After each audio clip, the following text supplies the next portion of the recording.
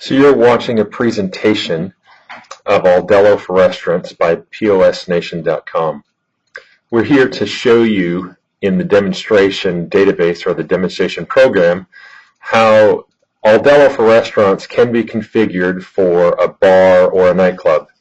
In the demonstration database, if you've downloaded the program to run through, it sets up the software in a way that normally looks like a table service restaurant, and many people look at the software the first time they open it and think that it would not work for a bar or nightclub. So we wanted to demonstrate that it would work very nicely. It just takes some configuration. The software is very flexible, has very many options, and we want to show those options in this demonstration. This is by no means all of the options available within the software, but it does highlight some of the flexibility of the software and what it can do for a bar and nightclub. So here we have a menu that has been programmed. This is by no means the only way to program a menu, but one of the ways that we could program a menu for a bar and nightclub. And in this case, we could start a new ticket. So in this case, we'll start this ticket, and we will, and the first thing that it does is it comes up and asks us for the name of the customer. So we'll say this is Henry. And we don't have to make it capitals or anything pretty. We just need to get it in there. So this is going to be Henry, and he's going to have a Smirnoff.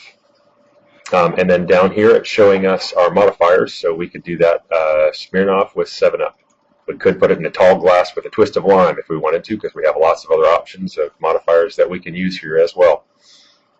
We could also, let's say there's somebody else at the table and they're having a Heineken, and we could do several other beers and keep track of those in separate seat numbers if we want to, do split tickets and all those kind of options that are very helpful at a bar. But in this case, let's say we're going to actually keep a tab. So I'm going to hit done here, and that will store that order so that we're keeping a tab for that customer. Now within the software, there is an option that many bars like now, which is pre-authorizing credit cards. So that means when the customer comes in, they can hand the card to the bartender, who can then swipe the card, authorizing the card for, say, $50 held from their account for that account. So if the customer has a little bit too much to drink and walks out and doesn't pay, then they still have that credit card on file to charge to their account.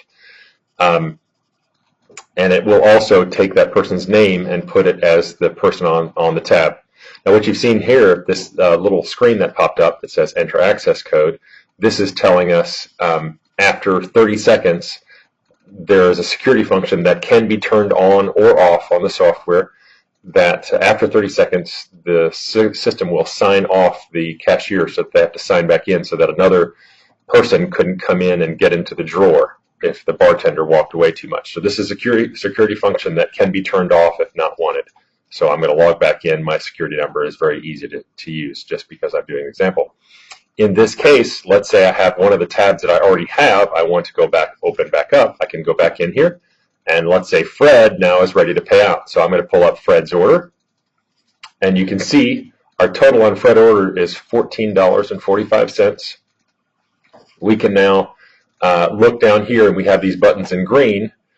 If they're paying in cash, they're going to pay with one of these buttons. It would be most likely $14.45 would be if they're paying for the exact change. I would just press this button, and that would mean exact change. Then it also gives me the next highest logical tenders. These buttons change with the total of the bill. So since it's $14.45, the next highest logical tender is $15, so they put a $15 button here, and the next highest logical tender after would be $20. Most likely, the person's going to give us either $14.45 exact change or $15 or $20. We could also, in this system, make taxes inclusive in the system if we wanted to do that. So there's several options, but in this case, they're going to pay $20. There it shows me my change due. We can do a frequent diner track, which would say, hey, if you spend $200 with us, we're going to give you a $5 credit or a $10 credit or something like that. So we can also do frequent diner accounts to bring customers back over and over again. There are many more functions that we would love to show you with the software, and please visit POSNation.com So you see the software, download it, and play with it on your own system. You can call in for a demonstration online with one of our knowledgeable salespeople who can also give you a free quotation and help you with all of your needs. Again, that's POS